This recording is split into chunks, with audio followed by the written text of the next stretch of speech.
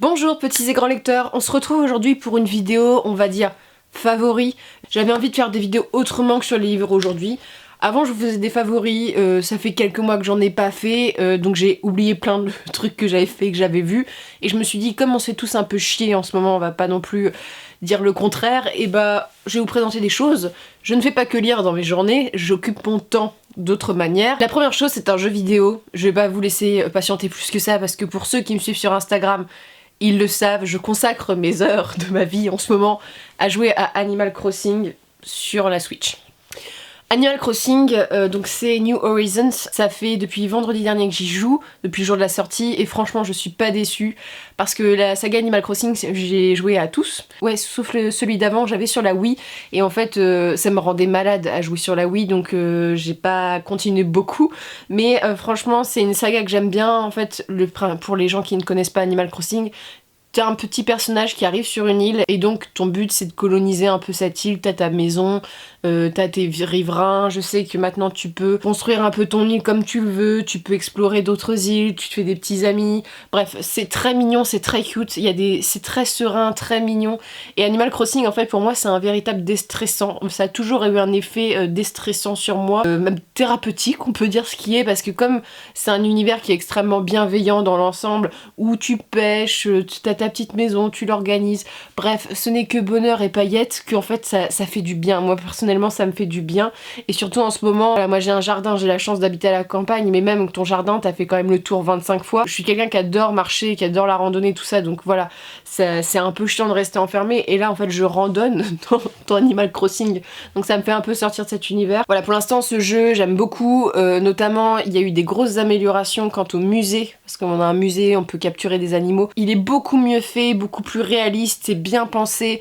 La maison, il y a plein de nouveaux objets, on peut s'habiller de différentes façons, bref, pour l'instant c'est une réussite pour moi. Après voilà, ça fait une semaine que j'ai joué, j'ai que ma maison, le musée, il y a des petits magasins, donc j'ai un petit magasin qui a ouvert, mais pas encore tous, mais je prends toujours autant de plaisir, et voilà, tu bricoles en plus. Avant t'avais ton objet et dès que t'avais bricolé ton objet c'était fini pour tout le jeu. Là en fait les objets se cassent, donc en fait t'as une espèce de... Pour reconstruire les choses, t'as toujours des choses à faire, sachant qu'en plus tu peux pas tricher, parce que moi je me souviens qu'Animal Crossing tu pouvais changer les dates et donc y jouer pendant des heures. Là tu joues peut-être 2-3 heures par jour si t'as vraiment envie de crafter ce genre de choses, mais tu sais au jour le jour en fait, et des fois t'es obligé d'attendre une journée pour que ta maison soit construite. Mais c'est un jeu que je vous recommande absolument, il est possible de l'acheter en ligne, donc si vous savez pas quoi faire, c'est un jeu que je vous recommande. Et sur la Switch c'est très agréable, je joue en mode console, j'adore, donc vraiment je passe un très très bon moment. Pour les jeux vidéo j'ai dédié ma vie à Animal Crossing en ce moment, mais je vais vous parler de séries à regarder, notamment beaucoup sur Netflix, donc je suis désolée pour ceux qui sont pas abonnés, sinon il y a internet et les magies du streaming, hein. En fait j'ai regardé beaucoup de séries qui m'ont pas plu, comme Lunadera par exemple, qui était une série sur la sorcellerie où je m'ennuie, mais vraiment à mort. Là je vais vous parler de séries qui me plaisent plutôt bien, dans lesquelles j'ai bien ri ou qui m'ont plu. La première c'est une série fantastique qui s'appelle October Faction. C'est une série inspirée d'une BD. Tu suis une famille de chasseurs de démons, les parents sont chasseurs de démons, donc que ce soit vampires, tout le bestiaire, sauf qu'ils ont pas dit à leurs enfants qu'ils étaient chasseurs de démons. Ils doivent revenir dans la maison familiale du père parce que le grand-père de la famille est décédé, lui-même était chasseur de démons, il avait une grande importance dans la société un peu secrète qui bosse là-dedans. Et donc les enfants, on leur cache ça, sachant qu'il y a de plus en plus de démons qui apparaissent, et en parallèle tu vois bien que les gamins c'est des jumeaux, il y a un truc chelou. C'est une série qui nous explique comment les parents sont devenus chasseurs de démons. C'est une série qui traite du racisme aussi, métissage, dans une ville des États-Unis où voilà, c'est un pays où c'est pas l'air d'être très accepté. C'est pas non plus une série génialissime, c'est pas la meilleure que j'ai vue, mais j'ai passé un très bon moment. C'est un petit peu gore de temps en temps parce que ça découpe du démon ou du loup-garou ou du vampire. Et ce que j'aime bien, c'est que même les vampires sont pas visualisés comme t'as l'habitude de les voir. C'est mieux pensé que ça. Et c'est vrai que le seul point négatif que j'ai dire à cette série, c'est que j'ai eu du mal avec les enfants dans la série. J'ai vraiment pris le parti des parents, alors je sais pas pourquoi, mais j'ai vraiment été attachée à eux et les gamins ont été un peu saoulants, j'aime pas trop leurs réactions. Et donc il y a une saison 2 en préparation je crois, mais c'est une très bonne série de fantastique si vous avez envie de voir un peu des trucs où ça se bastonne. C'est en 10 épisodes je crois et c'est plutôt sympa. Les deux prochaines séries c'est des séries plutôt humoristiques. Donc la première c'est une série dont je vous ai déjà parlé qui s'appelle Big Mouth. Big Mouth c'est disponible sur Netflix comme October Faction, et cette série en fait ça parle de l'adolescence, c'est un dessin animé où on pourrait rapprocher ça un peu de South Park. c'est un peu trash, mais c'est pas aussi vulgaire que South Park, même si ça peut l'être beaucoup, donc c'est pas pour les enfants du tout, même s'il y a des petits dessins. Le postulat de départ, c'est que tu suis 4 ou 5 collégiens qui font face à la puberté. Et donc la puberté, elle est symbolisée par des hormones monsters. Donc il y a un hormone féminin et un hormone masculin qui sont là un peu pour aider les jeunes à passer ce cap. Et c'est très drôle parce que ça touche des thématiques de la puberté. Il y a de la musique, il y a une musique que j'aime beaucoup dans la première saison où un des personnages, je pense qu'il est homosexuel, donc t'as tous les grands personnages homosexuels de l'Amérique qui se mettent à chanter I'm gay, tu vois. Mais c'est bien fait, c'est critique, comme ça tape sur tout le monde, ça tape sur personne en même temps, donc ça c'est plutôt bien. Et ça aborde le féminisme chez les jeunes filles, la sexualisation du corps, sexualisation à outrance, comment le regard des hommes, là il y avait un épisode là-dessus, s'approprie le corps des femmes alors c'est encore des enfants en fait dans leur tête. C'est assez intéressant. Aussi la pression que se mettent les jeunes hommes contre la taille de leurs organes génitaux, tu vois, c'est des questions vraiment importantes de l'adolescence, et je trouve qu'elle est un peu trash pour des ados de 10-12 ans, tu vois, mais vraiment quand t'as passé l'adolescence, tu vas forcément te reconnaître là-dedans, et ça aborde autant les personnages là que leurs parents, leur rapport avec leurs amis, voilà, le rapport au divorce, la mère d'un des personnages se met avec une femme, et on voit un peu les réactions des enfants. Bref, c'est une très très bonne série qui est vulgaire, parce qu'il y a des personnages, ils sont vraiment vulgaires, mais c'est très très drôle. Moi j'aime beaucoup cette série. Il y a 3 saisons et les 3 sont de très très bonne qualité et il y a de la bonne musique. Ensuite, en humoristique, il y a une série qui s'appelle Brooklyn Nine-Nine, et c'est une série dont on me parlait tout le temps parce que c'est un classique des séries humoristiques. Faut savoir que je suis très difficile en série, j'abandonne beaucoup et je ne regarde jamais de séries humoristiques autrement que les dessins animés. J'ai beaucoup de mal avec les séries humoristiques, j'ai essayé de regarder plein de choses, mais en fait comme c'est assez court, j'ai du mal, tu vois. Friends, j'ai jamais vraiment apprécié, je sais que je vais me faire... Voilà, je suis pas friande, moi j'aime les séries qui font peur, les séries qui sont violentes, bref, j'ai toujours préféré ça en général. Et là, Brooklyn Nine-Nine, ça a été la révélation.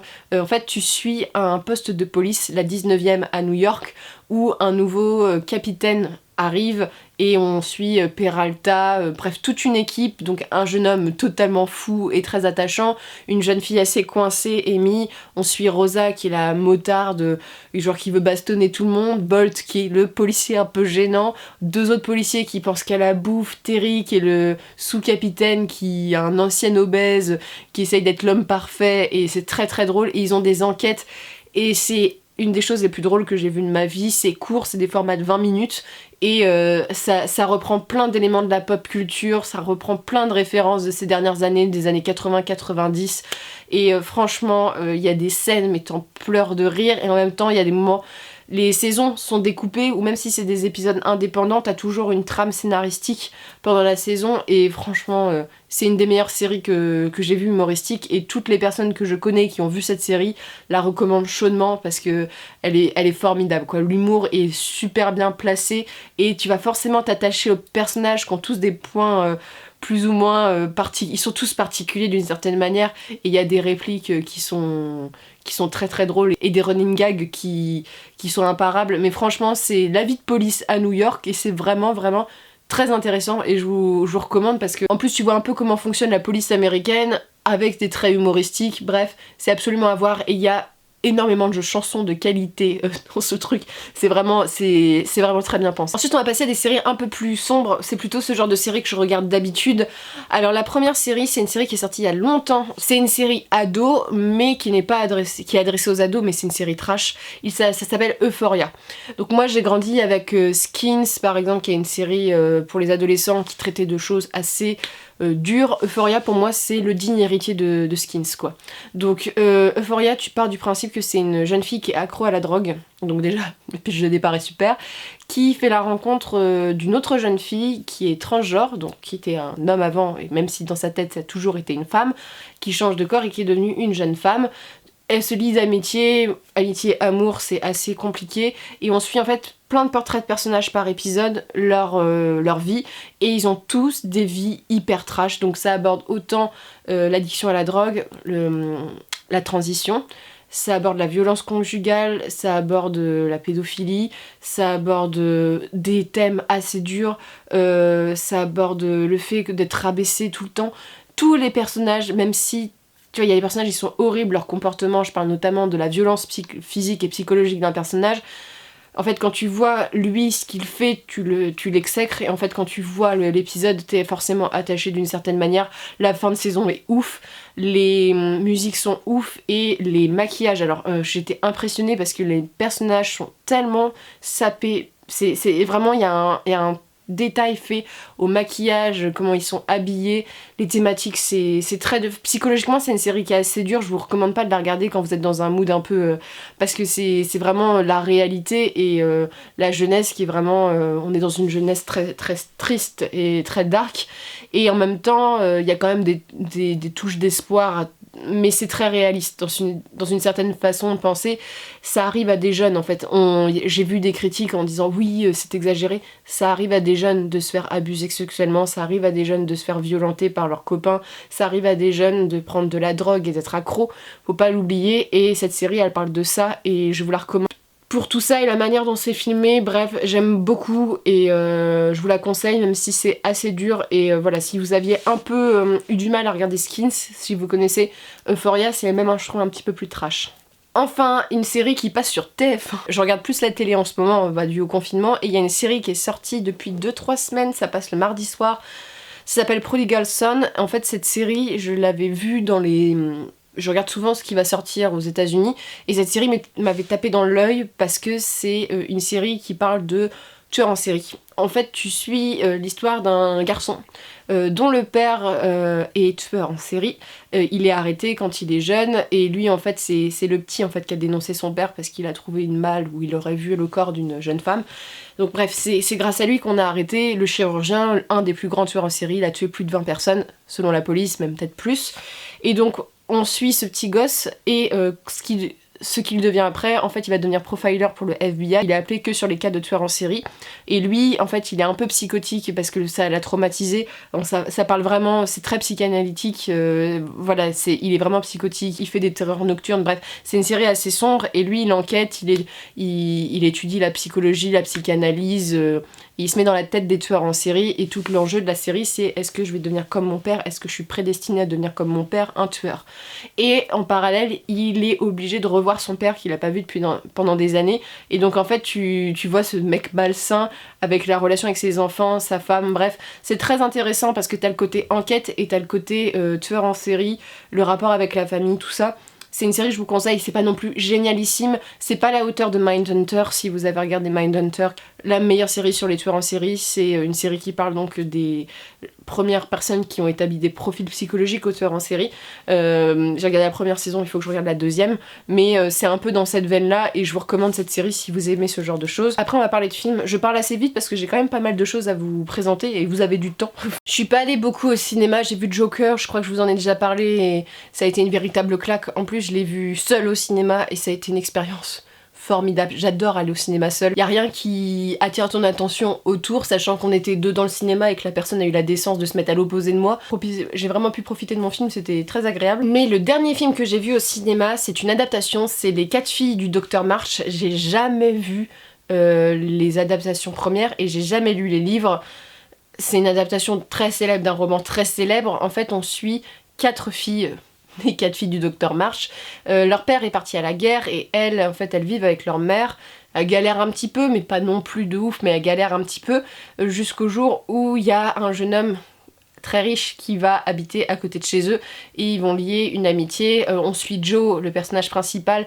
Bizarrement c'est pas mon personnage préféré mais Jo en fait c'est une artiste, elle est totalement libre, elle veut pas se marier. On suit leur jeune sœur qui est malade, on suit le personnage qui est joué par Emma Watson qui elle aspire au mariage et en fait c'est ce que j'ai aimé dans ce film, c'est que ces 4 destins de femmes, elles veulent pas la même chose et on n'est pas du tout dans le jugement. C'est-à-dire qu'une veut se marier, et ben on n'est pas dans le jugement en disant ah bah non elle préfère le mariage alors que l'autre c'est la liberté, c'est forcément mieux tu vois. Et j'ai trouvé ça bien fait. Et ce que j'ai apprécié c'est le personnage, je crois que c'est Amy, donc c'est le personnage qui est pas du tout aimé dans les romans à ce que j'ai compris. Et en fait dans celui-ci ils en ont fait un personnage plutôt positif et c'est un personnage que j'ai adoré. Un film qui est très bien, qui se regarde très bien, c'est très intéressant. Voilà, c'est un peu des intrigues de jeunes filles de leur époque. Et la grande qualité de ce film, c'est les costumes. C'est magnifique. Et c'est tellement réaliste, c'est très, vraiment, les coiffures, les maquillages, tout était beau, les paysages, la maison, bref. Même la nourriture, tu vois, tout était... t'avais envie d'être avec eux à table et de partager leur vie. Et franchement, c'est un film qui va autant vous faire rire que tirer des larmes. J'ai vraiment trouvé ça très réaliste dans la question du rapport entre sœurs. Est-ce qu'elles sont en conflit? Chaque sœur n'a pas la même relation avec une autre. Bref, c'était très très beau, leur relation avec la mère aussi. Je le conseille vraiment et j'ai pleuré aussi beaucoup pendant ce film, mais j'ai vraiment beaucoup aimé et je vous le conseille. Ensuite, ce sont 2 films qui sont déjà sortis depuis longtemps. J'ai revu Dunkerque et ça a encore été de nouveau une claque. Je l'avais déjà vu une première fois. C'est un film qui parle de la Seconde Guerre mondiale et donc de l'assaut à Dunkerque et je vous laisse découvrir, mais c'est un film qui te prend parce que tu vois ces jeunes hommes qui partent à la guerre pour un pays qui n'est même pas leur, donc des Anglais qui viennent aider la France et qui tout bonnement se font massacrer, quoi, c'est ça. Et c'est très touchant, la musique est époustouflante, ça donne vraiment une consistance au film qui est magnifique, qui est porté avec des acteurs qui jouent très très bien. Il y a Tom Hardy par exemple. Ça parle de guerre et ça parle de relations entre hommes, ça parle de solidarité, ça parle de traîtrise. C'est très très beau, c'est triste et voilà, c'est un morceau d'histoire que je conseille et la musique est vraiment vraiment très très bonne. Et le dernier film, c'est un film qui s'appelle Arctique, qui est un film donc qui se passe dans l'Antarctique, d'où le nom. Arctique, en fait, c'est un pitch très simple. C'est un mec qui était en Arctique et qui s'est paumé, donc en fait son coéquipier est décédé, il est tout seul, il survit là pendant des semaines et il fait sa vie, sauf qu'il y a des points de secours, mais en fait il est totalement perdu, il sait même pas où il est, jusqu'au jour où il y a un hélicoptère, donc il fait des grands signes en disant je suis là, l'hélicoptère se crache à cause des conditions météorologiques, un des 2 pilotes décède et en fait il y a une jeune femme qui est gravement blessé et donc il va sauver et c'est à ce moment là qu'il décide d'aller rejoindre un point parce qu'il trouve une carte. C'est un film où il n'y a pas beaucoup de paroles parce que en fait le personnage est presque tout seul tout le temps ou avec quelqu'un qui ne peut pas parler et c'est beau parce que c'est très humain. Ça montre la solidarité, en fait il ne prend pas la décision de partir juste attends que cette fille en fait soit blessée et franchement il y a des moments c'est hyper triste et tu sens les conditions réelles parce qu'il va affronter le froid, la faune sauvage et à un moment il y a vraiment cette question, est-ce que je laisse cette fille mourir et moi j'ai plus de chances de survivre ou est-ce qu'on continue tous les deux jusqu'à la fin? Et la fin est bouleversante. Bref, c'est un film que je vous recommande si vous aimez les films où il y a des beaux paysages, déjà c'est magnifique et les acteurs jouent très bien et franchement c'est une grande errance mais c'est passionnant, j'ai vraiment été captivée par le film. Pour que le film m'empêche de lire, parce que souvent je lis devant la télé, c'est qu'en général ça me plaît. Donc là ça a été le cas et je vous le conseille. Ensuite je vais vous parler d'un seul animé parce que je regarde beaucoup moins d'animés qu'avant, mais il y a un animé qui m'a tellement plu, ça s'appelle Beastars, où on suit un monde où les prédateurs et les herbivores vivent ensemble. Donc en fait ce sont des animaux humanisés, donc c'est comme si t'avais un cerf qui portait un costard, tu vois, il marche sur 2 pattes. On est situé dans une école où on suit un loup, donc un prédateur, un des plus connus, qui vit très mal la situation d'être prédateur, qui est extrêmement timide. C'est vraiment un personnage que j'ai adoré. On suit un cerf qui est donc l'herbivore irréprochable, beau, que tout le monde s'arrache. Et on suit une jeune lapine qui a des relations charnelles avec beaucoup de garçons dans l'école. Tu peux très bien transposer ça avec la réalité, il n'y a pas de problème. Ce qui s'est passé, c'est que dans cette école, il y a un mouton, donc un herbivore, ami donc du loup que je vous ai présenté en premier, qui se fait dévorer par un carnivore, donc la haine contre les carnivores monte, et en même temps, t'as les herbivores qui sont un peu les protégés de la société parce que bah on les protège de ces carnivores à la mauvaise réputation, et les carnivores qu'on a marre en fait d'être traités comme des parias. J'ai beaucoup aimé le traitement du loup, qui veut pas céder à ses pulsions et qui fait tout pour pas céder à ses pulsions. C'est beau esthétiquement, c'est assez sombre comme univers, on parle quand même de prostitution, on parle de meurtre, bref c'est quand même trash. Et moi le personnage que j'ai vraiment aimé c'est la jeune Lapine en fait, parce qu'on dépeint une Lapine qui est une Lapine naine, donc en fait déjà elle est différente des autres Lapines de son école, donc on peut transposer ça à la couleur de peau ou à la sexualité, tu vois, tu peux transposer ça différemment.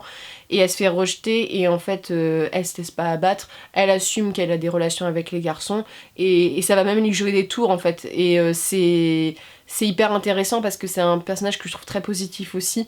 Et vraiment les interactions entre les personnages m'ont beaucoup plu. Tout ce que ça soulève, tous les questionnements que ça soulève, c'est hyper intéressant. Et la fluidité de l'animation est vraiment très très bonne. Donc j'ai hâte que la saison 2 sorte. Je crois que c'est disponible sur Netflix.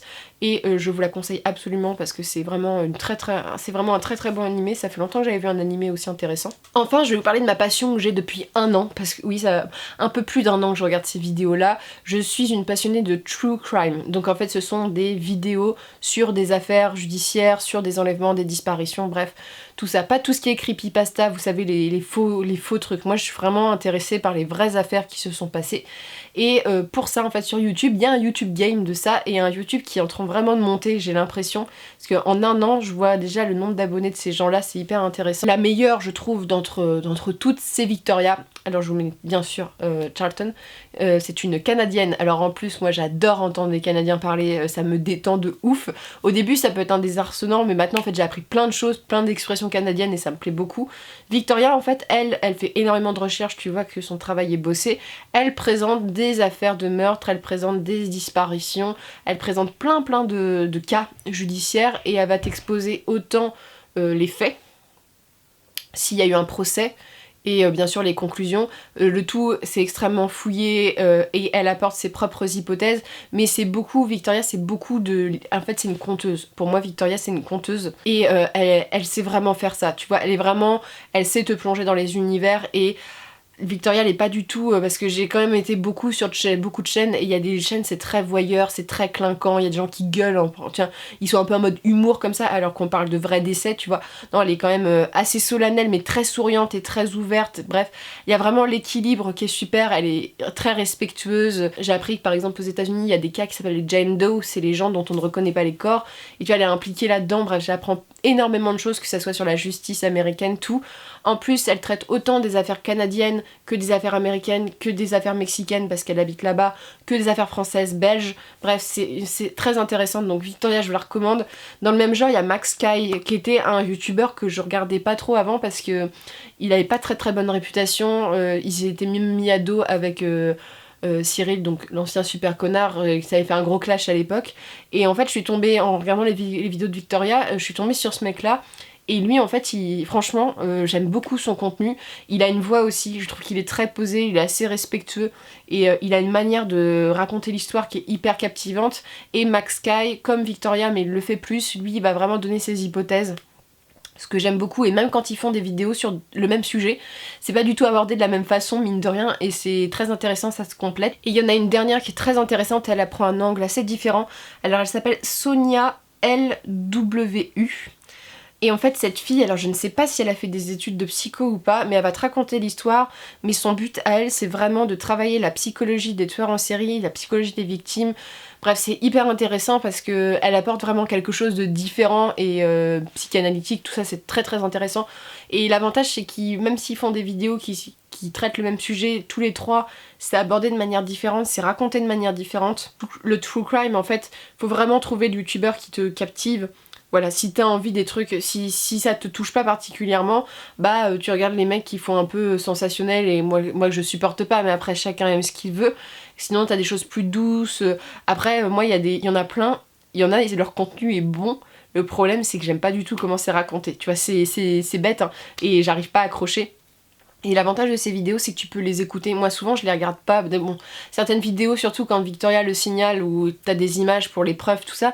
Mais souvent, moi, je les écoute en faisant autre chose et c'est hyper intéressant. J'apprends plein d'affaires criminelles que je connaissais pas, plein d'informations. Après, voilà, faut aimer ce genre de choses. Mais pour moi c'est hyper intéressant et ces chaînes là sont très respectueuses je trouve des familles, tout ça. Un peu comme Pierre Bellemare faisait en fait, c'est vraiment dans cet héritage là, je vous conseille, c'est Stéphane Bourgoin. Alors Stéphane Bourgoin, vous tapez son nom sur YouTube, vous allez avoir plein d'interviews de lui. Un des premiers à avoir eu des interviews avec les tueurs en série les plus connus. Il a une vie, juste pour vous placer, ce mec en fait, il a commencé ce métier là comme ça, pas comme ça, c'est que sa femme a été victime, sa femme ou sa copine de l'époque a été victime d'un tueur en série et donc pour tourner la page il a eu besoin de comprendre et donc il explique son métier, il a écrit des livres, bref c'est quelqu'un qui est passionnant aussi donc si vous voulez en savoir plus allez-y, voilà, ça c'est un peu ma passion dans ce moment, donc là il y a du contenu, hein, vous avez des heures à perdre si vous voulez. Et en ce moment, et ça c'est la dernière chose que je vous conseille, c'est pour ça que je l'ai mis en dernier pour ceux qui suivent jusqu'au bout, je sais pas si vous connaissez les MOOC. Les MOOC c'est des cours en ligne, et donc suite au confinement il y a des MOOC qui ont été ouverts aux archives, et s'il y en a un que je dois vous conseiller, et j'espère qu'il est ouvert aux archives, je n'ai pas à vérifier parce que moi je suis inscrite donc le cours je l'ai quand je le veux. Il s'agit d'un MOOC sur la fantasy que j'ai vu en 2016, donc il y a des années. C'est un MOOC, donc des cours en ligne sur la fantasy. Si vous vous êtes intéressé, regardez, c'est très intéressant, c'est très enrichissant, c'est fait par Anne Besson, c'est des professeurs d'université, ça reste des cours, hein, donc et voilà, mais c'est hyper intéressant. Et pour le mois d'avril, fin avril, je me suis inscrite au MOOC sur la science-fiction, voilà, parce que j'ai envie, je n'aime pas vraiment ça, et je me demande si j'ai pas trouvé chaussure à mon pied. La guerre des mondes, tout ça, ça me plaît, tu vois, mais j'ai du mal, il y a plein de choses dont j'ai du mal, donc j'ai besoin d'avoir des cours sur le genre, et même si j'en lis pas, j'aime bien savoir des choses sur les genres autres, et ça va agrandir ma culture générale, donc bon, moi je me suis inscrite pour avril, le cours débute fin avril, début mai, mais je vous souhaite sur ces recommandations, n'hésitez pas à en faire aussi en commentaire, une très bonne journée, de très bonnes lectures, et de bien vous occuper en ce moment.